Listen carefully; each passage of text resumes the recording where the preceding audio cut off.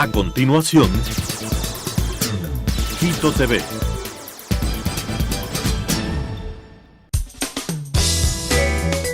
Clasificación A. Apto para todo público.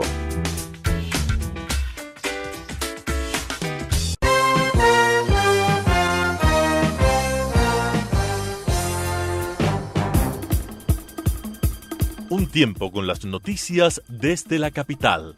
Un tiempo con las noticias de la capital. Quito TV. Un tiempo de noticias en Telesucesos, Canal 29.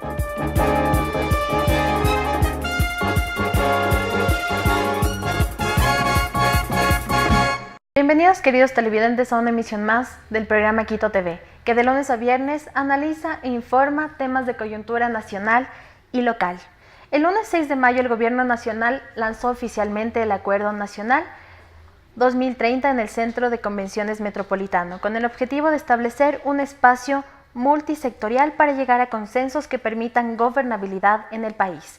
Para dialogar sobre este tema hemos invitado al economista y presidente del Colegio de Economistas de Pichincha, Víctor Hugo Albán. Víctor Hugo, buenos días. Muchas gracias de invitación, realmente muy contento de estar en este programa, no es la primera vez.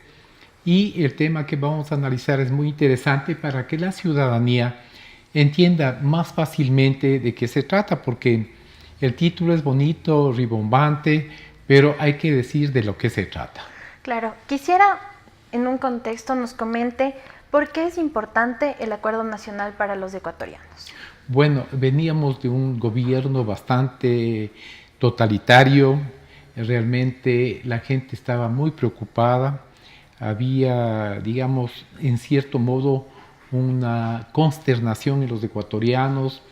No podíamos alzar cabeza porque había un yugo, ¿no? Es decir, había una dictadura disfrazada de democracia. El presidente Moreno lo que ha hecho es revisar, ver a través de estudios socioeconómicos, ver qué pasa con los ecuatorianos, por qué esa negatividad, por qué esa apatía, y ha visto que debe haber un acuerdo nacional mediante el cual reaccionemos los ecuatorianos para poder ayudar y desarrollar el país. Estamos quedados, es un país que está quedado en Latinoamérica, no va a tener crecimiento. El Fondo Monetario Internacional en su contexto dice, vamos a decrecer el 2019 a menos del 0,5%.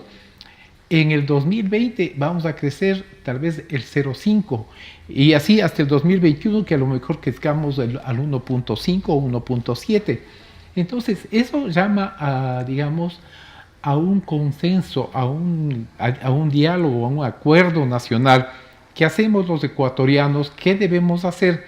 Y la iniciativa es positiva, es muy buena, porque dentro de los 7 ejes que manifiesta el presidente de la República, todos están dirigidos a una composición de la sociedad ecuatoriana, a un arreglo de la sociedad, para que vamos a tener confianza los ecuatorianos en nosotros mismos y podamos desarrollarle al país. Bueno, para que los televidentes sepan cuáles son estos 7 ejes de los cuales acaba de hablar el economista, son educación, seguridad social, competitividad, innovación y generación de empleo, democracia y reforma institucional, sostenibilidad y el cambio climático, seguridad ciudadana y no violencia y prevención de adicciones. ¿Cuál cree usted de estos ejes que sería el que se debería priorizar? Competitividad, empleo e innovación. Mire, todos los problemas que se suscitan acá en nuestro país al momento y a corto y mediano plazo es la falta de empleo, la falta de competitividad. ¿Por qué? Porque estamos nosotros en una economía dolarizada, con problemas radicales como son los salarios en dólares, un salario mínimo vital, uno de los más altos en Latinoamérica. El problema laboral es, digamos, diferente a los países vecinos. Con este contexto no somos muy competitivos. Para explicarme mejor a quienes me están mirando y escuchando, un par de zapatos acá en el Ecuador cuesta $100, en Perú, en Aguas Verdes, cuesta 40, y en Colombia y Piales cuesta $45. O sea, es al 50% o 60% de menor valor en las fronteras. Entonces, ¿quién está produciendo aquí? Y por los altos costos que tiene que incidir en mano de obra, en materia prima, en horas laborables, en contratación, etcétera, no puede bajar de ese precio. Entonces, ¿qué hace? Un par de zapatos que son exactamente la misma estructura, la misma calidad, etcétera, en Colombia y en Perú cuestan la mitad o muchas veces menos que la mitad. Entonces, ¿qué hace el ecuatoriano? Se va de paseo, compra zapatos para él, la señora y toda la familia, y todavía le sobra. Se ha paseado y todo, y ese es el común denominador. Digamos nosotros, de estudios que se realizaron, tenemos evidencias de que la mayor parte de gente se va a Ipiales, pasa el fin de semana y hace las compras inclusive domésticas, que resulta más barato. Nosotros creímos que con la elevación del IVA en Colombia del 15 al 18% iba a bajar un poco la ida de los ecuatorianos a Ipiales, y realmente todo lo contrario, se incrementó, porque sigue siendo más barato. ¿Qué es cuál es el efecto acá en el Ecuador? Acá en el Ecuador, en Quito, en Guayaquil, en Cuenca, en Riobamba, en las principales ciudades, los comercios se están cerrando. O sea, la facturación en el centro comercial Iñaquito, en el centro comercial El Bosque, en el Jardín, etcétera. Hemos ido a hacer los estudios socioeconómicos y vemos que las facturaciones año a año van cayendo más. Estamos haciendo ahorita qué ha pasado por el Día de la Madre, si ha habido una facturación, porque había expectativa, ¿no? Y ojalá tengamos nosotros que la expectativa haya sido positiva. ¿Por qué? Porque si no, la tendencia es ir cerrando los locales comerciales, cerrando el comercio, y obviamente, ¿por qué? Porque no hay una reforma laboral que sea contextual, porque no hay una reforma fiscal, y obviamente al poner estos 7 ejes, que todos son vinculantes, la educación es vinculante con la no violencia, la educación es vinculante con el empleo, la educación es vinculante con el respeto que se debe tener al amigo, al ser humano. Entonces, fundamental es que estos 7 ejes se hagan realidad. Son 7 mesas que ha formado el gobierno con la presencia del vicepresidente, que él está liderando, y creemos nosotros que va a ser importante. Y es más, yo invito a los ecuatorianos a que le demos la importancia que esto merece, porque aparentemente dicen, caramba, qué cosa más insignificante. No, es muy importante. Fundamentalmente la educación, el empleo, son los contextos ciudadana, que van a seguridad nacional, obviamente, van a dar un alivio y un aliento a los ecuatorianos. ¿Para qué? Para que venga la inversión. La inversión, en el mejor de los casos, de aquí a 3-4 años, será de 1.605 millones de estadísticas hechas y realizadas por el mismo Banco Central. Mientras que Colombia y Perú, en el año 2018, Perú tiene 14.000 millones y Colombia 17.000 millones. El Ecuador, dicho del mismo señor ministro de Industrias, avanzó a 970 millones. ¿No? Entonces, obviamente, no llegamos a 1.000 millones de inversión. Eso nos da la pauta para que no haya empleo. El gran empleador era el Estado, y ahora pasa a ser el que quiere sacar a los trabajadores por el exceso de empleados que hay en el sector público. El mismo problema hay en el municipio, exceso de empleados municipales. ¿Qué le toca hacer al señor Giunda? El señor Giunda tiene que bajar el peso de los trabajadores, de los empleados, para poder hacer inversión en lo que él manifestaba va a ser, como son vialidad, parques, etcétera, ¿no? El gobierno nacional está impulsando esto de los emprendimientos. Desde el Colegio de Economistas, ¿cómo ven este tema de que tantos jóvenes, tantas, madres de familia? Porque el otro día escuchaba una entrevista en Noticiero Sucesos al gerente general del BIES, que decía que ellos están otorgando estos créditos para que las personas emprendan. ¿Esto es positivo, es negativo? Porque hay un exceso de emprendimientos. Mire, hay instituciones especializadas que son la Corporación Financiera Nacional y Ban Ecuador, para este tipo de eventos, para este tipo de emprendimientos. Nosotros creemos que desde la universidad, te hablo como catedrático universitario, desde la universidad debemos de exigir que los jóvenes no se preparen para ser servidores públicos, sino para hacer su propia empresa. Entonces, al dirigir una tesis, lo que uno debe propender es a que la tesis vaya versada sobre algo que él quiera hacer, sobre algo que quiere emprender. Hay muchas cosas. El Ecuador todavía es un país que se puede hacerlo, porque todavía tenemos oportunidad. Entonces, sin copiar, sin hacer mayor, daño a nadie, lo que podemos nosotros es empezar a buscar qué es lo que más se está importando en el país y poner nuestra propia empresa nacional para, ¿a través de qué? De ser competitivos. Si tenemos una pieza nosotros de un vehículo de que se ensambla aquí, que en Colombia cuesta alrededor de $300 y nosotros le podemos fabricar en 200, hay que apoyar la industria nacional. Ya se ha hecho con neumáticos, ya se ha hecho con baterías, se está haciendo con bujías, se está haciendo con tapicerías, etcétera, en cuanto a autos. Y eso en todo contexto, en televisión, en todo lo que se refiere en electrodomésticos. Podemos ser más competitivos si damos la facilidad. Pero nada tiene que ver el IES, ¿no? El IES es una institución que está totalmente quebrado. Aquí está diciendo corregir las dificultades estructurales del Instituto Ecuatoriano de Seguridad Social dentro de los 7 ejes. ¿Por qué? Porque está quebrado y lo que quiere alcanzar el presidente, por lo menos, es el equilibrio actuarial. Es decir, que por lo menos no estemos con el tema y la duda de que vamos a tener problemas en el seguro social quienes ya estamos accediendo a la jubilación. Ecuador no tiene una situación económica positiva.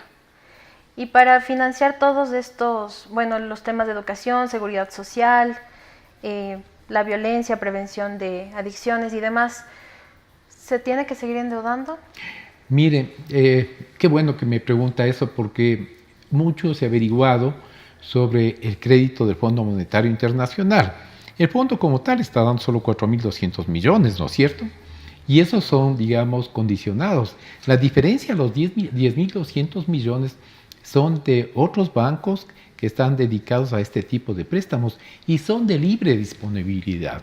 O sea, el Estado, en vez de gastar posiblemente solo en remuneraciones, porque tendría que darle alrededor de, 980 millones al año, solo para pagar remuneraciones al sector público, lo que puede hacer es también hacer obra pública. Está caído todo el peso de la obra pública.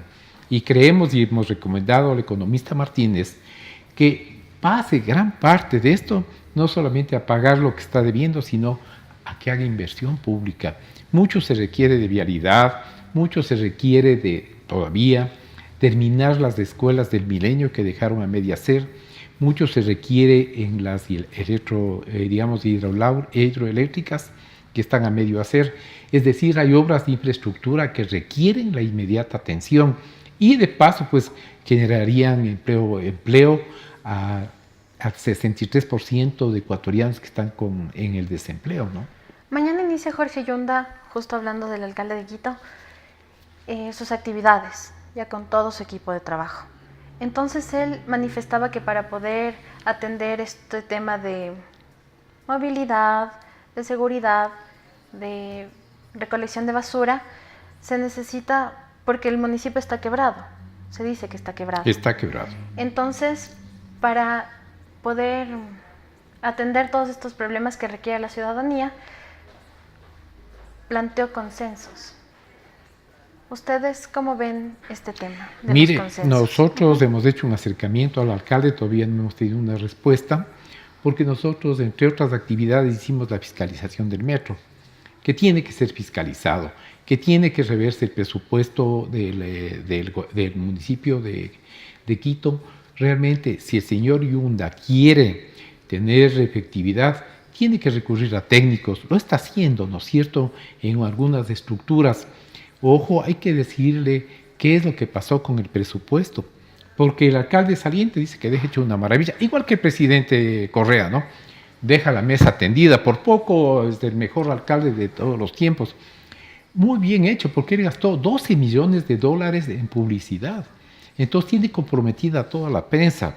Y esto es delicado, ¿no es cierto? Porque nosotros vamos a rever y estamos pidiendo al Contralor, vea eso, porque ni siquiera fue aprobado por el Consejo Metropolitano. No, entonces, lógicamente, tenemos que pedir que se haga una revisión de eso. Porque ahorita toda la prensa, sobre todo radio, televisión, le ha dado mucho espacio y está diciendo cosas que no ha hecho, ¿no? Y vamos a demostrarle nosotros como Colegio de Economistas que estamos en la razón. Eso ya dejaremos pasar los días y veremos cuál es la reacción de Quito cuando sepa realidades, ¿no? Regresando un poco al tema del acuerdo nacional, en el acto que se realizó el 2 de mayo, el primer mandatario manifestó que se debe crear una ley de seguridad ciudadana y comprometer a todos. ¿Usted cómo cree que se puede erradicar o, como, no sé, evitar que los robos en la capital o la inseguridad siga creciendo?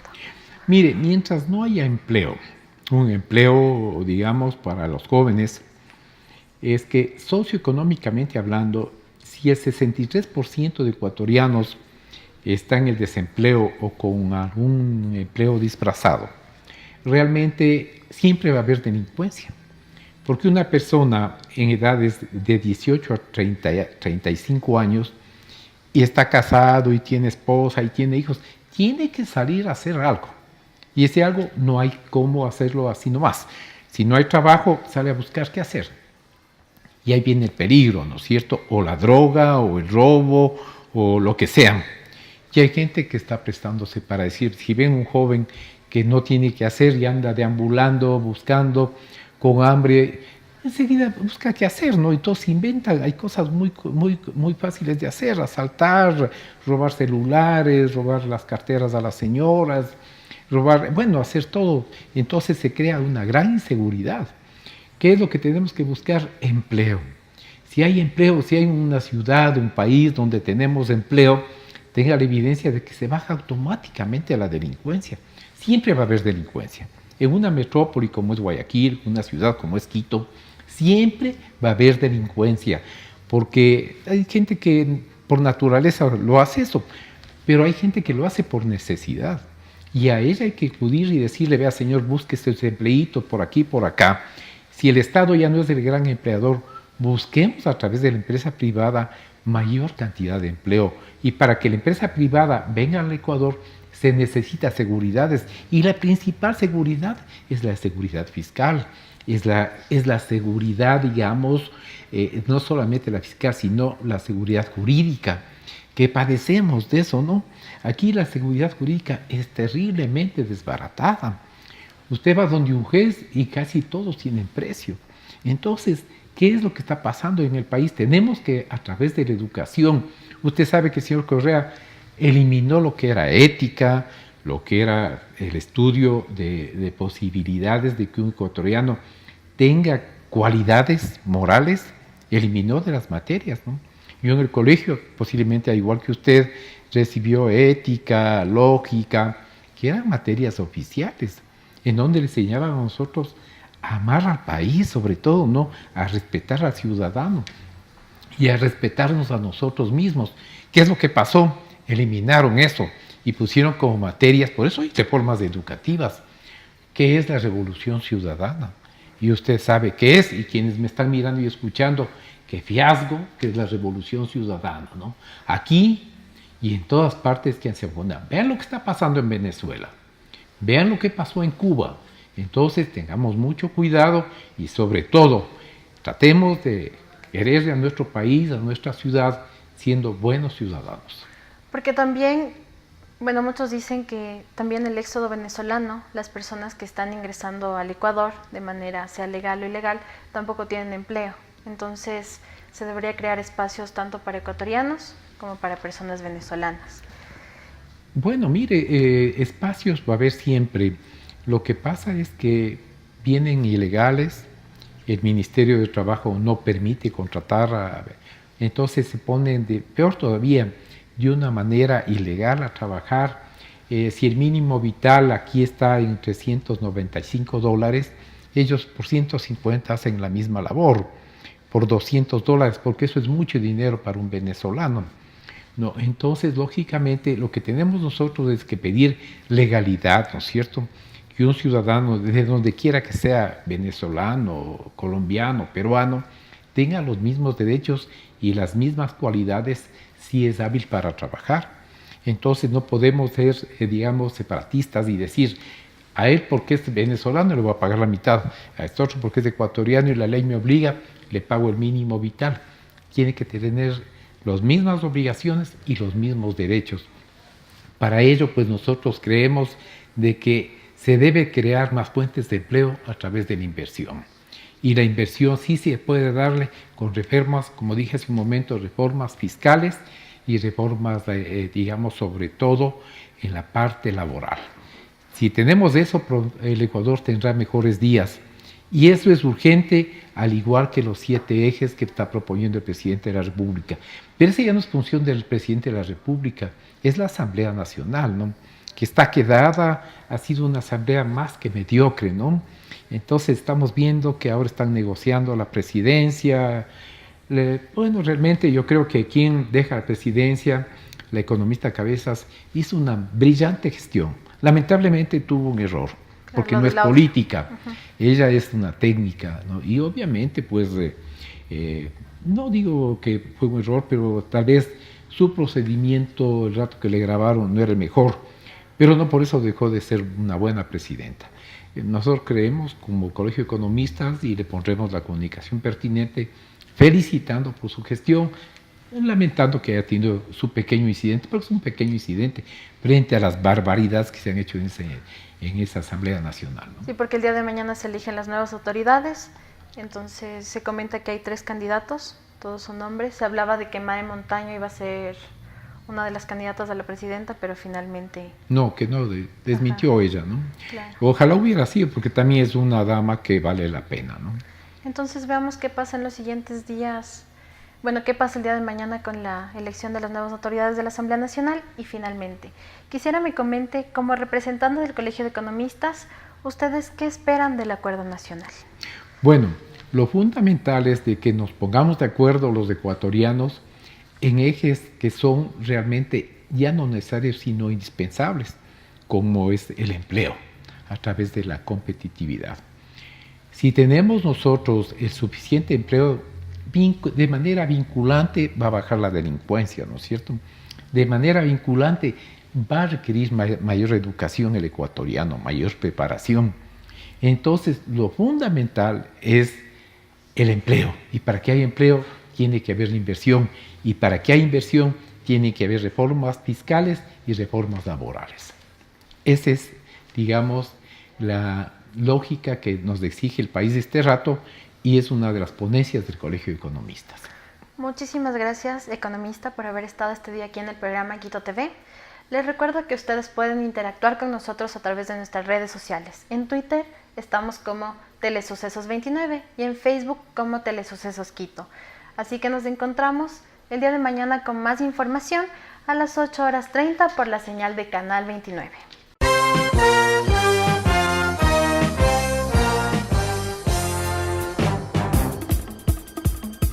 Un tiempo con las noticias desde la capital. Un tiempo con las noticias de la capital. Quito TV. Un tiempo de noticias en Telesucesos, Canal 29.